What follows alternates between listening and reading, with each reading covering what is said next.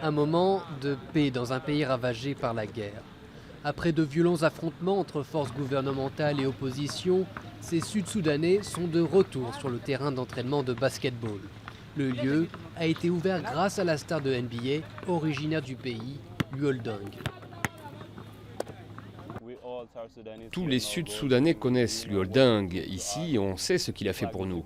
C'est un bon joueur pour nous. À vrai dire, quand il est venu ici, tout le monde voulait jouer avec lui et espérait un jour pouvoir jouer au basket comme lui. Pour certains de ces 300 jeunes, le basket est une façon de s'en sortir.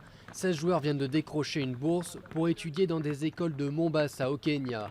Une première dans l'histoire du basketball au Soudan du Sud. Avec de bonnes performances, certains pourront avoir la chance de jouer au niveau universitaire à l'étranger. Le Soudan du Sud a les meilleurs jeunes talents en basket actuellement. La plupart des écoles du Kenya recrutent des garçons et des filles pour leur donner une bourse, basket et éducation. C'est pour ça qu'on est venu ici assister au programme. Dans le pays le plus jeune du monde, décrocher une de ces places relève du parcours du combattant.